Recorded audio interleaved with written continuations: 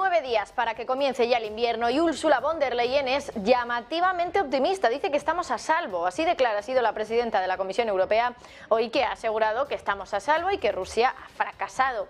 Eso sí, von der Leyen dice que la clave está en el próximo invierno. Eso es lo que preocupa a los expertos desde hace semanas y por eso von der Leyen ha sido clara hoy. Como van a escuchar enseguida, la presidenta de la Comisión Europea ha hecho un guiño a los países miembros para que adopten las medidas que todavía siguen coleando para poder prepararse para el próximo invierno. No ha mencionado el tope al gas, pero entendemos que quizás se refiere a esto.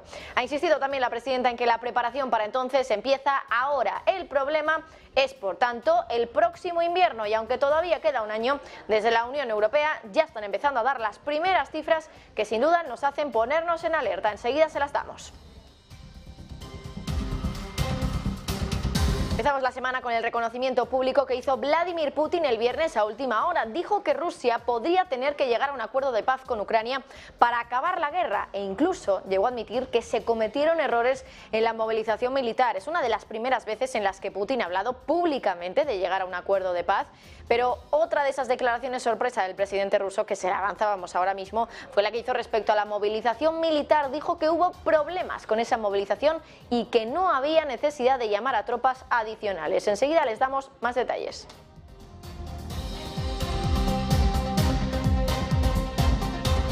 Fíjense en esto de Alemania, que enseguida les vamos a ampliar. Allí el gobierno está obligado a construir nuevos búnkeres por la guerra en Ucrania.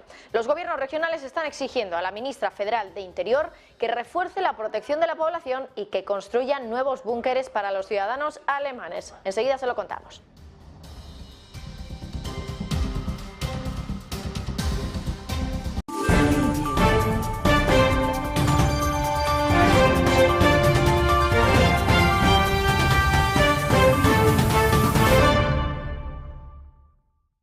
The result of all these actions is that we are safe for this winter.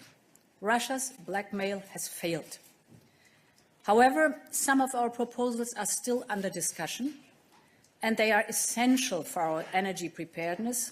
Therefore, I call on the Council to adopt them swiftly, because preparing for the next winter, winter 23-24, starts now.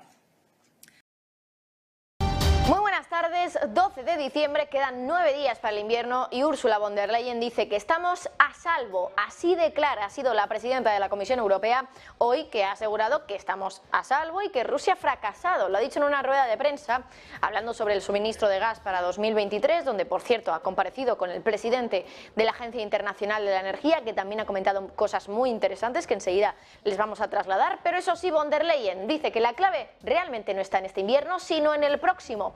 Eso es lo que preocupa a los expertos desde hace semanas. Venimos hablándolo aquí en Negocios Televisión y por eso von der Leyen ha sido bastante clara hoy. Como acaban de escuchar, la presidenta de la Comisión ha hecho un guiño a los países miembros que, bueno, está básicamente pidiéndoles Ursula von der Leyen que adopten las medidas que todavía siguen coleando. Entre ellas entendemos que el tope a los precios del gas, que todavía no se ha puesto en marcha y que Ursula von der Leyen no ha mencionado directamente, pero que, bueno, pues entendemos que quizá es lo que está sugiriendo la presidenta de la Comisión. Bueno, pues que adopten esas medidas para poder prepararse para el próximo invierno. Ha insistido también la presidenta en que la preparación para entonces está empezando ahora. Por lo tanto, el problema no es este invierno, sino el siguiente. Aunque todavía queda un año, desde la Unión ya están empezando a dar las primeras cifras que sin duda nos hacen ponernos en alerta. Por ejemplo, von der Leyen ha dicho hoy que a pesar de que todas las medidas energéticas que ya se hayan tomado en Europa estén funcionando, se espera un agujero de gas de 30.000 millones de metros cúbicos el año que viene. I know from your data that despite the action that we have taken, we might still face a gap of up to 30 billion cubic meter of gas next year. The actions that we have set in motion will help cover part of this, but more is needed.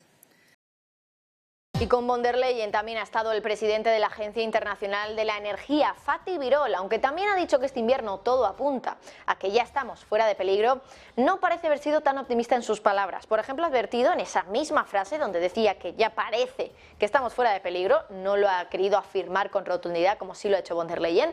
Bueno, también ha advertido de que este invierno sí podríamos tener heridas económicas y sociales. Today, we are this winter, it looks like we are off the hook.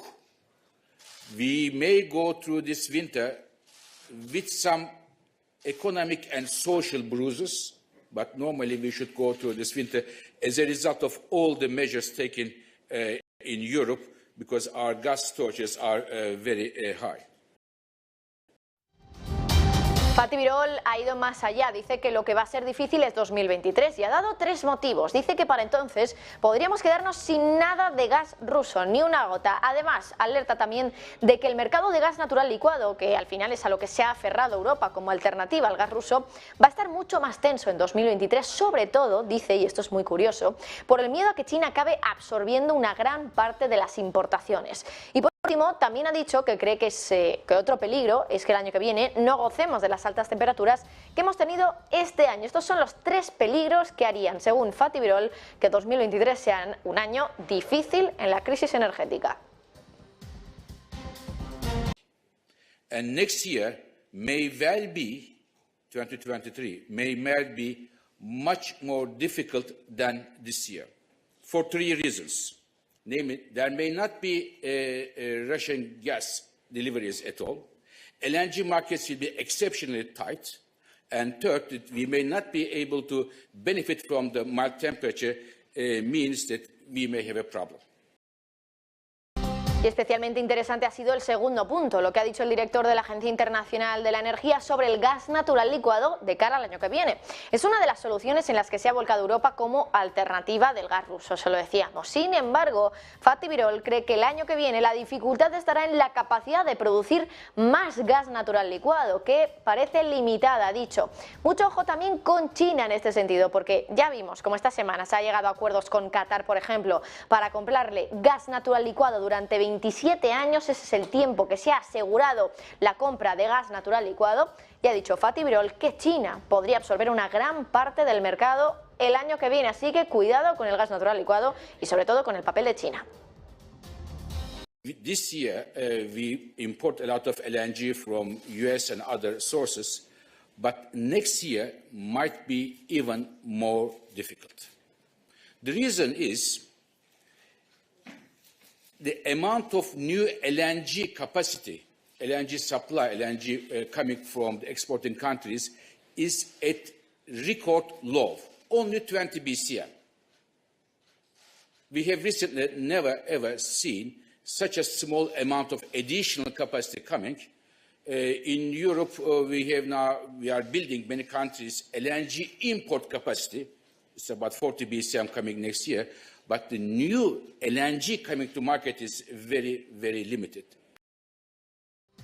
Y hoy lunes 12 de diciembre se cumple una semana desde que entró en vigor el embargo al el embargo al petróleo ruso y al tope, en este caso sí, al precio del petróleo que viene de Rusia. Una semana y ojo al titular con el que pues nos está informando hoy la agencia Bloomberg. Nos asegura que Rusia prácticamente ya ha dejado de ser un proveedor de petróleo para Europa. Por lo tanto, lo que parece es que, con este embargo y también con el tope al petróleo ruso, pues Rusia no está vendiéndole a Europa ese petróleo. Lo que conocemos, recuerden, es que desde el pasado lunes 5 de diciembre entró en vigor esa prohibición de la Unión Europea sobre las importaciones de crudo ruso que entraba por mar, cerrando pues efectivamente el mercado petrolero que teníamos más cercanos y que absorbía aproximadamente la mitad de los suministros del país a principios de año. Con la excepción de un pequeño volumen que se entrega a Bulgaria, lo que nos cuenta Bloomberg es que los flujos marítimos de crudo ruso al bloque comunitario, la Unión Europea, prácticamente ya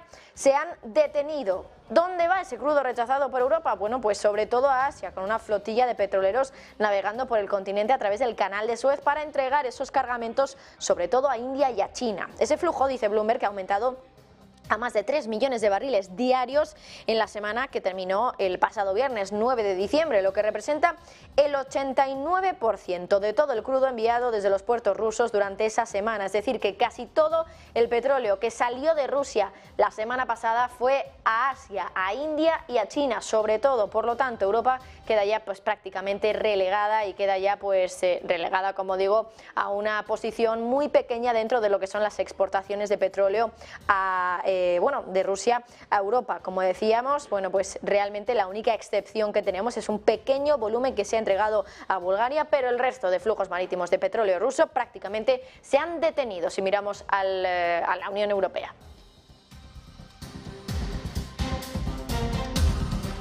Y del petróleo volvemos al gas, porque el comercio marítimo mundial está sufriendo desde luego un boom en los últimos meses por el impulso de las ventas de gas natural licuado que se hace a través de enormes buques cisterna que surcan los océanos cargados con ese gas natural que está en estado líquido. Pero ¿quién construye esos barcos que cada vez son más necesarios?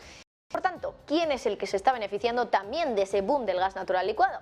La respuesta es China, que a su vez también es uno de los mayores importadores de este gas natural licuado. El gigante asiático está avanzando rápidamente en el mercado de buques cisterna de gas de nueva construcción. Generalmente los astilleros que dominan el mercado están en Corea del Sur, pero ahora esos astilleros están llenos.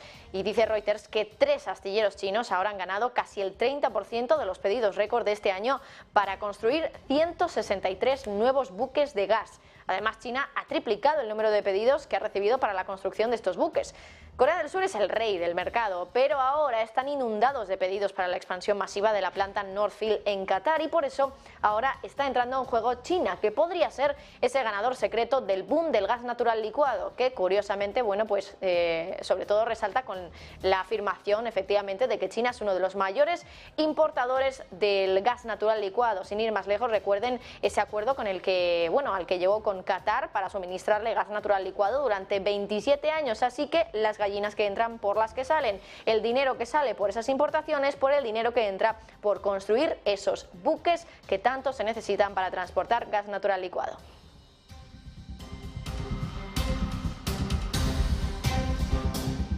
Dejamos brevemente la cuestión energética, enseguida volvemos a ello con otras noticias de la jornada, pero vamos a detenernos sobre todo en la cuestión geopolítica, porque empezamos esta semana de 12 de diciembre con el reconocimiento público que hizo Vladimir Putin el viernes a última hora. Dijo que Rusia podría tener que llegar a un acuerdo de paz con Ucrania para terminar la guerra e incluso llegó a admitir que se cometieron errores en la movilización militar. En una rueda de prensa en Kirguistán, Putin sugirió que Rusia quizá debía alcanzar algún tipo de acuerdo con Ucrania. Es una de las primeras veces en las que ha hablado el presidente ruso públicamente de llegar a un acuerdo de paz. Pero otra de las declaraciones sorpresa del presidente de Rusia ha sido la que ha hecho respecto a esa movilización parcial militar tan polémica. Dijo que hubo problemas con esa movilización y que no había necesidad de llamar a tropas adicionales porque ya había 150.000 soldados que todavía no habían sido enviados al frente. Así que Putin sugiriendo ese acuerdo de paz con Ucrania, que podría ser necesario en su opinión, y también admitiendo que se cometieron errores en la movilización parcial tan polémica.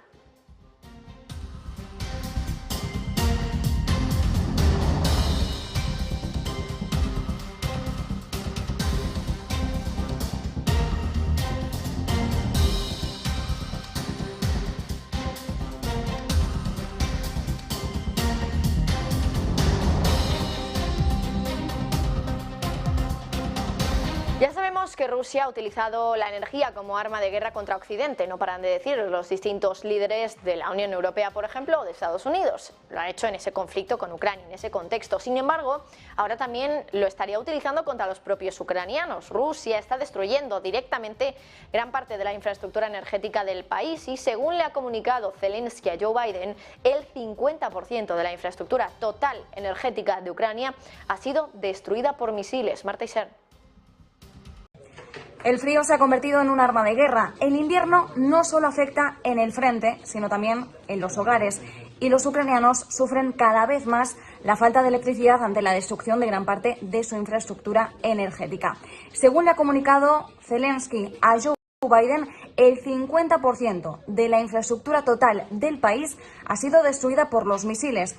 Un apagón total es posible en estos momentos en Ucrania. Así lo ha reconocido su ministro de Exteriores, Dmytro Kuleba. Considera que este escenario es realista, aunque no espera que los ucranianos abandonen el país en masa. Lo que sí espera, más bien, es que muchos ciudadanos se trasladen a las regiones rurales, donde pueden calentar sus hogares con leña. Los desafíos para Ucrania van en aumento. Kuleva insiste en que el país necesita también ayuda no militar, especialmente generadores y transformadores. Los equipos de emergencia de Ucrania han restablecido la mayor parte de su sistema eléctrico. Es más, el presidente de la Junta Directiva de NEK Ukrenergo, que es la estatal eléctrica de Ucrania, ha confirmado que este domingo por la tarde ya se logró reparar gran parte de las infraestructuras del país. Sin embargo, insiste en que la destrucción sufrida el pasado 5 de diciembre todavía impide el uso completo de las centrales térmicas del país. Hoy estamos pendientes del G7. Sus líderes se van a reunir de forma virtual este lunes para discutir las necesidades inmediatas energéticas de Ucrania. Una reunión que ha sido convocada por el canciller alemán Olaf Scholz, de quien esperamos unas declaraciones tras el encuentro. Hoy, como nos comentaba nuestra compañera Marta Isern, se reúne el G7 de forma virtual, una reunión que va a comenzar a las 4 de la tarde y una hora más tarde, a las 5, se espera que Olaf Scholz haga un comunicado sobre lo que han hablado en ese encuentro. Entre otras cosas, se espera que se comente sobre la guerra en Ucrania, como siempre, y también sobre el envío de ayudas al país, sobre todo por la cuestión energética tras esa llamada entre Biden y Zelensky, donde el ucraniano le ha advertido de los problemas que sufre la infraestructura energética del país. Bueno, y fíjense en esto de Alemania. Allí el gobierno estaría viéndose obligado a construir nuevos búnkeres por la guerra en Ucrania. Los gobiernos regionales están exigiendo a la ministra del Interior que refuerce la protección de la población y que construya nuevos búnkeres para los ciudadanos. Eva Villanueva.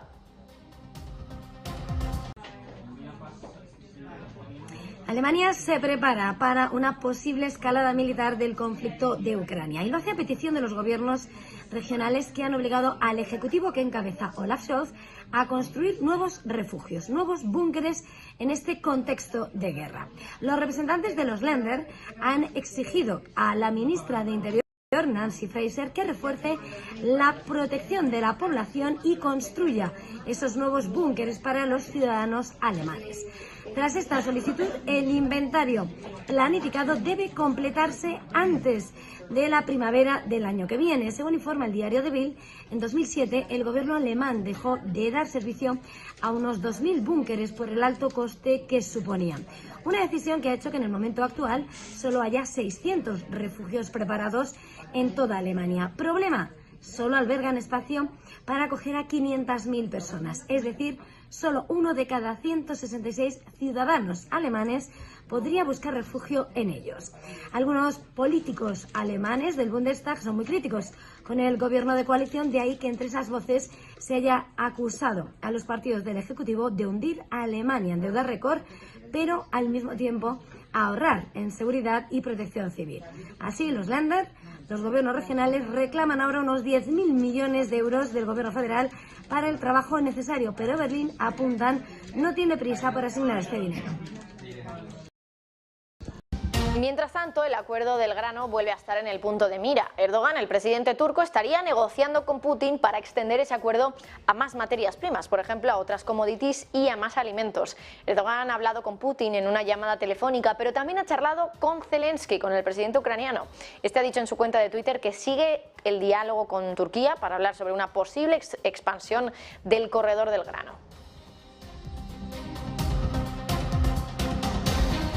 Por cierto, hoy Rusia ha dicho que ve Estambul, la ciudad turca, como un lugar cómodo para llevar a cabo las negociaciones con Estados Unidos. Sin embargo, los rusos todavía no creen que Washington haya adoptado, dicen, un enfoque constructivo en las conversaciones.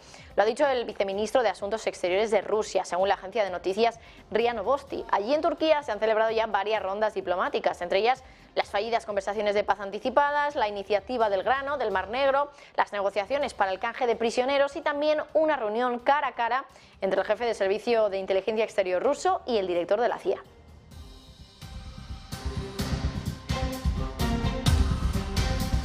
Por cierto, y la Unión Europea debate sobre el 9º paquete de sanciones a Rusia. Sobre ese tema hoy ha hablado Josep Borrell, el alto representante de política exterior de la Unión. Ha reconocido que todavía no hay acuerdo respecto a ese paquete y que espera que para finales de esta jornada ya se llegue a un pacto entre los Estados miembros. Sin embargo, Borrell ha reconocido hoy que no va a ser fácil que se pongan de acuerdo. You know, there is a certain confusion when me and the President of the Commission announces sanctions. We are just announcing proposals. I said many times it's the Council who decides. And the 27 ministers have different approaches. So since we made the announcement of the proposal is not a decision, the proposal has been discussed, and I thought this morning we were able to say green light. It's still not the case. Maybe by the end of the day, but there are some questions to be still agreed. I hope we will end the day, or maybe tomorrow, but I cannot say that it's going to be easy, because there are different views among member states. Por cierto, Borrell también ha hablado de la investigación de corrupción sobre el Parlamento Europeo después de que la institución suspendiera a Eva Kaili de todas sus competencias y poderes como vicepresidenta de la Eurocámara por una trama de presuntos sobornos por parte de Qatar a personas que pudieran influir en la toma de decisiones de la institución. Borrell ha dicho que esto es muy preocupante. Ha dicho que estamos enfrentando ciertos eventos y ciertos hechos que le preocupan tras haber sido expresidente del Parlamento Europeo. Hay que recordar que el viernes los fiscales registraron 16 viviendas y confiscaron 600.000 euros en Bruselas como parte de esa investigación de presunta corrupción. Y volvemos a la cuestión energética. Suecia podría enfrentarse a una grave crisis de energía. El problema es que su mayor reactor nuclear está suspendido de actividad hasta el viernes por labores de mantenimiento y mientras tanto el país se ve azotado por una ola de frío. Eva Villanueva. Muy buenas. Suecia podría enfrentarse a una grave crisis energética mientras su mayor reactor nuclear se encuentra suspendido de actividad hasta el viernes por labores de mantenimiento y mientras el país se está viendo azotado por una ola de frío. Ante lo delicado de la situación, el gobierno ha decidido suspender las revisiones y el chequeo de las pruebas de plantas hidroeléctricas para evitar apagones. Esas labores de mantenimiento y puesta a punto se van a suspender ni más ni menos que durante 12 meses, según ha anunciado la ministra de Medio Ambiente. Las tensiones recientes en la red eléctrica han llevado a precios vertiginosos y advertencias de apagones y las autoridades están tratando de buscar formas para garantizar la seguridad energética y evitar parte de la presión. Parón, por tanto, en las labores de mantenimiento en productores hidroeléctricos esta semana, que además ayuda para garantizar la seguridad que se ve afectada por ese parón del mayor reactor nuclear, como les decíamos. De hecho, según informa el propio gobierno, el sur de Suecia es el área de toda Europa con la menor capacidad de producción en comparación con la demanda. Para entender esa delicada situación que atraviesa, basta con atender a la repercusión de esa parada del reactor nuclear. Uniper cerraba el viernes su unidad en la costa sureste de la nación, agravando la escasez de energía, por lo que, según el operador, depende durante toda la semana de las importaciones de Noruega, Alemania y Polonia para garantizar que hay suficiente electricidad para todos.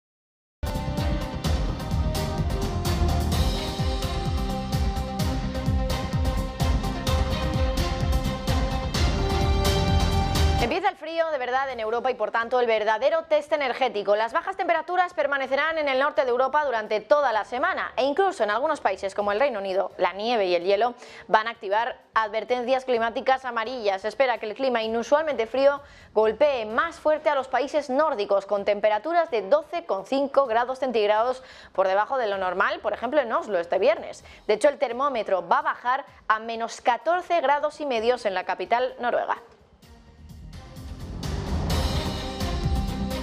Pero aunque el frío ya está aquí, el precio del gas en Europa está desplomándose. Hoy lo ha hecho hasta en un 9%, pero la clave está en las importaciones de gas natural licuado, que están cerca de niveles récord, y en la producción nuclear francesa, que está estable. Las instalaciones de almacenamiento de Europa están llenas en un 88%, más de lo habitual para esta época del año, y por ejemplo en Alemania ese nivel es del 94%, según los datos de Gas Infrastructure Europe. La atención se centra desde luego en la rapidez con la que se va a utilizar el amortiguador durante el invierno. El petróleo se va a disparar casi un 20%. Esa es la última advertencia que ha lanzado Bank of America, que espera que el crudo Brent de referencia en Europa suba hasta los $90 el barril, lo que representa una subida de casi el 20% desde los niveles actuales. Desde el Banco de Wall Street citan como motivos el pivote de la Fed y la apertura de China tras el levantamiento de las restricciones COVID. Sin embargo, Citigroup ha hecho todo lo contrario, ha recortado su previsión para el Brent en $8 hasta los 80. Eso sigue dándole un potencial alcista desde los niveles actuales, pero ese potencial de revalorización es de casi el 6% frente al 20% que espera Bank of America. Y desde Irak dicen estar ansiosos por suministrar suficiente oferta de petróleo al mercado mundial. Así lo ha admitido el ministro de Petróleo de Irak, que también ha hablado sobre el potencial de disminución de la producción rusa. Dice que desde Irak no quieren provocar una crisis en el mercado mundial de petróleo, y así el país quiere aprovechar el hueco que deja el crudo ruso tras el embargo y tras el tope que han aplicado Europa y países del G7. Y por cierto, el duro invierno que se temía ya ha llegado, y Reino Unido, como el resto del norte de Europa, está tratando de atajar la difícil situación energética que atraviesa el país, mientras ve cómo se disparan los precios hasta niveles récord. En plena ola de frío y en prevención de que la situación acabe agravándose, el gobierno de Rishi Sunak está preparando centrales eléctricas de carbón como medida de contingencia. Eva Villanueva. El duro invierno que se temía ya ha llegado, y Reino Unido, como el resto del norte de Europa, está tratando de atajar la difícil situación energética que atraviesa, mientras ve cómo se disparan los precios hasta niveles récord. En plena ola de frío y en prevención de que la situación se agrave, el gobierno de Rishi Sunak está preparando las centrales eléctricas de carbón como medida de contingencia. Una muestra más de cómo los gobiernos vuelven a echar mano de ese histórico combustible sucio que se quería arrinconar, pero del que se vuelve a echar mano para aliviar la dependencia del gas natural para la generación energética. La ola de frío que se extiende por el noroeste de Europa con temperaturas bajo cero y la escasez de viento han hecho que los precios de la energía alcancen precios no vistos nunca antes. De hecho, según el operador nacional, la demanda prevista de gas natural para este lunes ha alcanzado el nivel más alto desde febrero de 2021, y aunque los precios han caído para este martes, el contrato diario supera las 387 libras por megavatio hora. En la fotografía, Londres aparece cubierto de nieve y se extienden las alertas por esa misma nieve y hielo en todo el Reino Unido hasta el jueves. Así vemos como Reino Unido vuelve a mirar al carbón. Pero no es el único en Europa. Alemania, de hecho, se ha vuelto tan dependiente del carbón que, según informa Bloomberg, su perfil de contaminación eléctrica ha sido similar a la de la India en algunos momentos de este mes. Quedan 2 días para la esperada reunión de política monetaria de la Reserva Federal, donde por primera vez desde que comenzó la crisis inflacionaria hace unos meses se espera que la Fed rebaje el ritmo de subidas de tipos. Sin embargo, los inversores van más allá. ¿Cuándo va a dejar la Fed de subir tipos y cuánto tardará desde entonces en empezar a bajarlos? Esa es una de las claves de todo y lo que realmente buscan los mercados, que bajen los tipos de interés. Sin embargo, si echamos mano de la historia, vemos cómo la Fed suele tardar varios meses desde que para las subidas de tipos y empieza a bajarlos. Miren este gráfico que ha elaborado la agencia Bloomberg con esta información, y es que en los últimos casi 30 años Bloomberg ha identificado 5 ocasiones en las que la Fed ha bajado los tipos tras haber alcanzado un pico en esos tipos de interés. A finales de los 90 y a mediados de los 2000 fue cuando más tiempo tardó en bajar el precio del dinero desde que los tipos alcanzaron el nivel más alto. Por ejemplo, a finales de los 90 tardaron año y medio, 18 meses, como ven ustedes en el gráfico, en bajar los tipos desde que dejaron las subidas. La vez que menos tiempo ha tardado ha sido en el 95, cuando pasaron 5 meses desde el pico de los tipos y la primera bajada. Muchos expertos esperan que la Fed Fed no frene su subida de tipos hasta finales de 2023, con lo cual, si hacemos caso a la historia, podríamos remontarnos a 2024 para ver la primera bajada de tipos de interés en Estados Unidos tras este periodo inflacionario.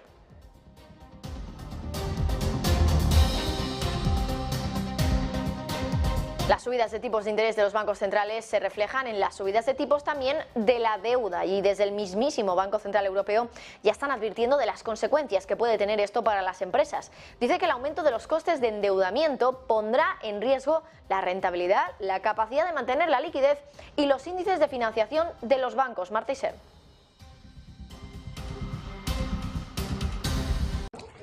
Que el Banco Central Europeo no se fía mucho de los bancos es algo que estamos apreciando cada vez con más notoriedad. Y es que ahora mismo los bancos forman parte de su top de prioridades para 2023, mientras la eurozona avanza hacia una recesión y afronta costes de endeudamiento altísimos. ¿Están gestionando bien los bancos el riesgo? ¿Están diversificando correctamente la financiación? Bien, el Banco Central Europeo pone estas cuestiones muy en duda. Y entre los más de 100 bancos que supervisa, ahora va a vigilar más de cerca a aquellos prestamistas expuestos a los sectores más vulnerables, como el energético, pero también las hipotecas residenciales y los bienes inmuebles comerciales. En pocas palabras, el Banco Central Europeo inspeccionará más a fondo la exposición energética e inmobiliaria de la banca. Una reciente supervisión, además, confirmó que hay deficiencias importantes en los controles de riesgo de los bancos, en concreto en el seguimiento de los préstamos y en la clasificación de los prestatarios en dificultades. Y esto hace que los bancos sean mucho más vulnerables a una fuerte corrección en algunos mercados como el inmobiliario. Cita el riesgo de aquellas exposiciones más ligadas al mercado de oficinas, sobre todo por el impacto del teletrabajo a raíz de la pandemia y la subida de los tipos de interés, pero alerta también sobre quienes están más expuestos a las hipotecas a tipo variable, como es el caso de España. Algo que nos llama la atención es que incluye por primera vez en años el riesgo de liquidez entre sus prioridades, y lo hace debido a las retiradas de estímulos por parte del Banco Central y también el fin de los TLTRO, de las subastas de liquidez, que van a hacer aflorar la falta de fuentes de diversificación de algunos bancos vulnerables a la volatilidad del mercado. Además, recordemos que recientemente uno de los miembros del Banco Central Europeo, Andrea Enria, le echó una buena bronca a los bancos. En pocas palabras, les pedía que espabilasen y que fuesen más conscientes de la realidad económica. Bueno, más conscientes y mucho más cautos. Los bancos de la eurozona se están enfrentando a un deterioro de la calidad de sus activos, pero el Banco Central Europeo considera que están haciendo como si nada y que están trabajando sobre unas expectativas demasiado optimistas. Es decir, que el Banco Central Europeo les está pidiendo a los bancos que sean más conservadores, que actúen con mayor cautela y que no den por hecho que los gobiernos siempre les van a salvar ante cualquier shock, porque no tiene que ser así.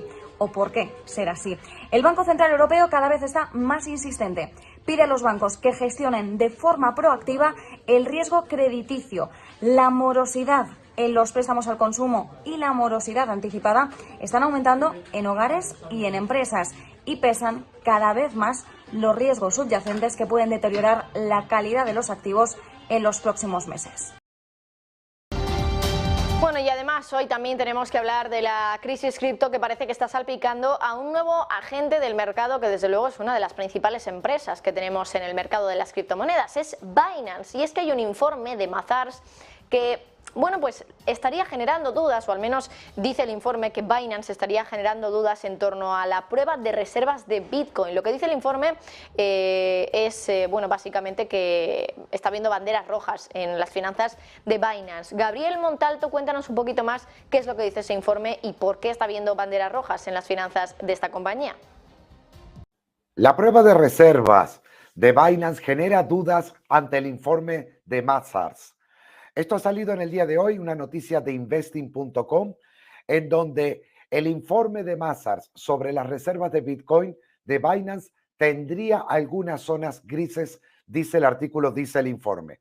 Pero según los expertos entrevistados por el Wall Street Journal, el informe no contiene todos los elementos tranquilizadores en este sentido para los inversores. El informe planteó lo que podría describirse como banderas rojas en las finanzas de Binance. En particular, fue criticado este informe por su falta de información relativa a la calidad de los controles internos y el método utilizado por los sistemas de Binance para liquidar activos como parte de la cobertura de los préstamos de margen, o sea, para cubrir los posibles margin call. Las fuentes de Wall Street Journal también habían expresado su preocupación en torno a la falta de información sobre la estructura corporativa de Binance. Los expertos con los que se habló en el periódico también se quejaban de que las pruebas de reserva de Binance muestran que los fondos de los clientes están garantizados en un 97%, excluyendo los activos prestados a los usuarios a través de préstamos o cuentas de margen. De hecho, no se respetó la proporción 1:1 de reserva respecto a los activos de los clientes propugnada por Binance.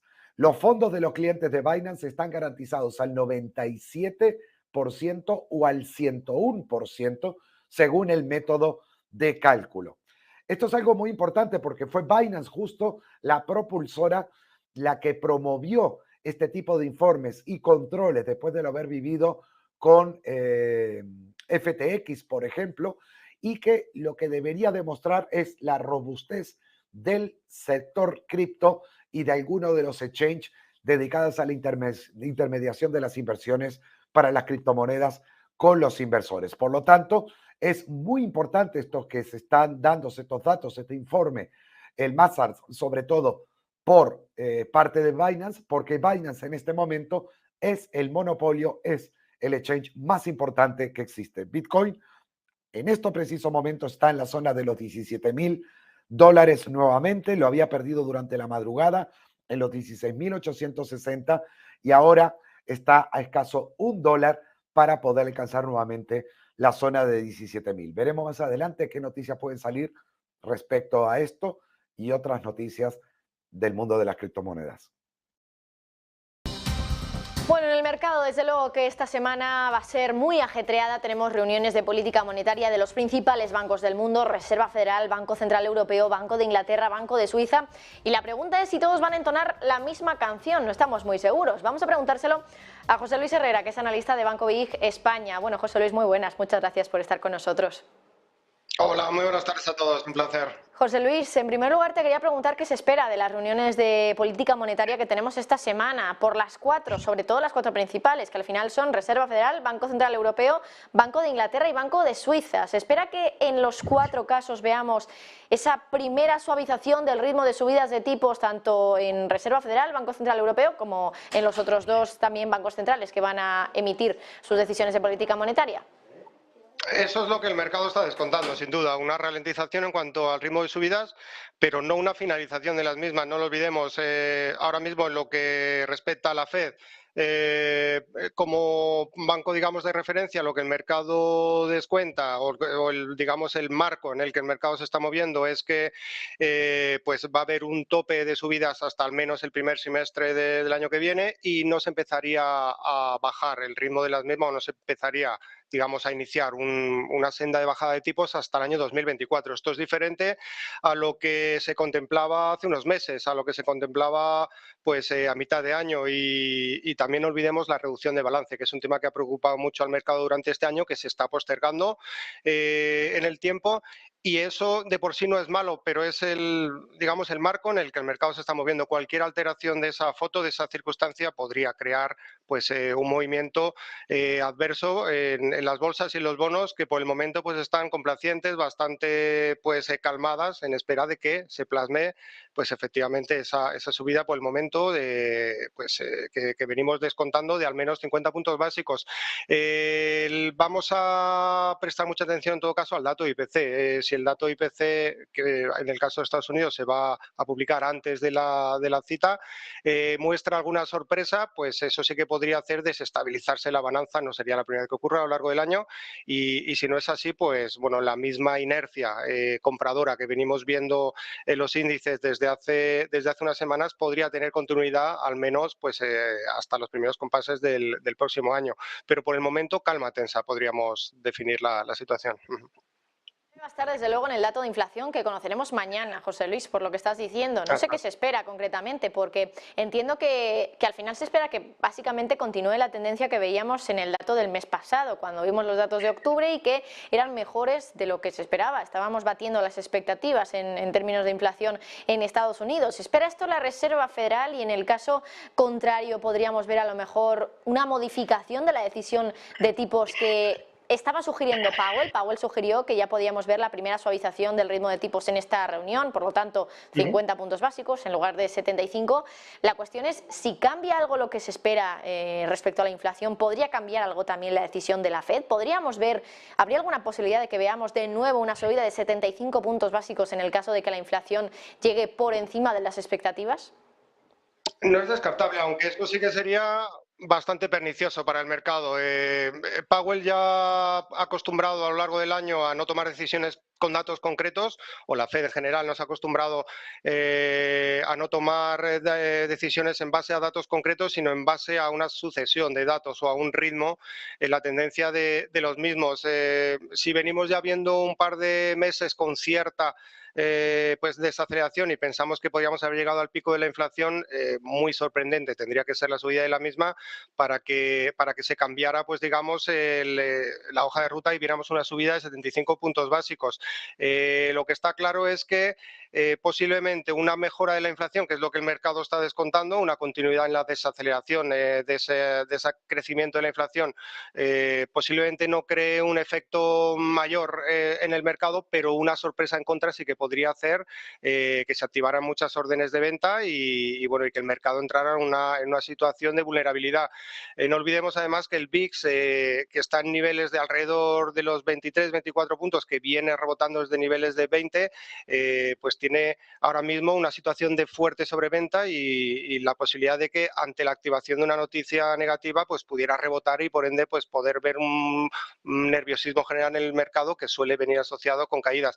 Así que habría que vigilarlo. ¿A qué prestar atención? Pues a lo que el mercado está poniendo, y lo que el mercado está poniendo el foco es lógicamente la subyacente, en esa digamos inflación que nos muestra más, excluyendo alimentos y excluyendo pues energía, pues la situación, la salud realmente de la economía y el crecimiento real de los precios. Así que en el último dato teníamos factores como, por ejemplo, una desaceleración en el mercado de coches usados, una fuerte caída desde principios de año, que se veía venir que iba a generar una caída de la inflación. En este momento pues no hay tan claro qué subpartida podría darnos pie a pensar en una caída por debajo o superior, es decir, una inflación por debajo de lo que el mercado espera. Así que, pues bueno, hay que ser muy cautos porque sí que podría haber más posibilidades de que hubiera un dato en contra, una sorpresa negativa, que una continuidad de la desaceleración que el mercado prácticamente pues tiene descontado y da por hecho. Bueno, y ya por último, José Luis, quería preguntarte un poco por las perspectivas que podemos tener de cara a 2023. Entiendo que al final lo que tengamos encima de la mesa respecto al dato de inflación de mañana y además también lo que vayan a hacer los bancos centrales, pues quizá también haga cambiar o nos haga cambiar un poco la perspectiva que tenemos de cara al año que viene. Pero en cualquier caso, ¿qué se espera? Porque he visto muchas opiniones de expertos que esperan que este año acabe siendo un poco el año de la recuperación del mercado. Quizá no una recuperación vertiginosa con la que todos soñarían, pero un año de no volver a ver cómo se repite un caos como hemos tenido este año en el mercado financiero.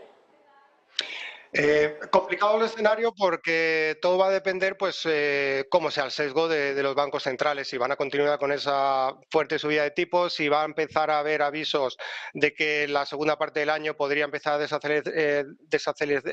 una desaceleración, digamos, en esa subida de tipos, pero lo que está claro es que es muy improbable que podamos ver una circunstancia como la que hemos visto a lo largo de este año, fuertes caídas en bonos, fuertes caídas en renta variable y sobre todo una situación bastante anómala históricamente, y es como hemos visto como las carteras conservadoras han tenido una rentabilidad a pocas jornadas para el cierre del ejercicio, pues una rentabilidad en muchos casos inferior a la que ha tenido activos considerados como más de riesgo, como es la renta variable. Entonces lo normal sería, si nos fijamos en la evolución histórica, que viéramos una recuperación de la renta fija. Lo que haga la renta variable pues va a depender un poco poco de eso, del escenario de actuación de los bancos centrales y de cómo el mercado interprete la posible desaceleración del crecimiento. Una vez que ya tenemos un escenario más controlado de inflación, lo que se va a poner en foco es en aquellos datos que nos muestren la salud de la economía vista desde un punto de vista del crecimiento o de crecimiento, desaceleración y en qué medida, si es que esta se produce, vamos a entrar en una recesión y si eso ocurriera, pues en qué duración, que es algo que no está del todo visto. Dentro de ese escenario de desaceleración, pues todavía no está tan claro que podamos entrar en una situación de recesión global, salvo puntualizaciones geográficas. Bueno, pues desde luego que quedan muchísimas incógnitas todavía por resolver para 2023 y que van a ser claves para determinar cuál va a ser el camino que van a tomar los mercados financieros. José Luis Herrera, analista en Banco BIG España, muchísimas gracias como siempre y que pases buena tarde. Igualmente, gracias a vosotros. Bueno, y nosotros, por último ya, a modo de curiosidad, queremos que se preparen mañana para el anuncio de un hito científico que va a hacer Estados Unidos y que podría ser muy importante de cara a esa transición energética. El Departamento de Energía del país ha dicho que va a revelar un importante avance científico y todo apunta a que podría ser lo que ya se ha filtrado a muchos medios de comunicación este fin de semana, en los últimos días, quienes hablaban, por cierto, pues de un hito en la investigación de la fusión nuclear, que es la energía que utiliza el Sol, ni más ni menos. Por ejemplo, Financial Times, el domingo, ayer, informó de que los científicos de un laboratorio de California habían conseguido por primera vez que la fusión nuclear generara más energía de la que consume en el proceso. Es decir, es la primera vez que con un reactor de fusión experimental nuclear se consigue lo que ellos conocen como una ganancia de energía neta. Esto sería un paso muy importante hacia la energía sin carbono, que bueno, tanto preocupa a los líderes mundiales en estos momentos. Será mañana cuando tengamos ya la confirmación de si esto es lo que quiere anunciar el Departamento de Energía de Estados Unidos.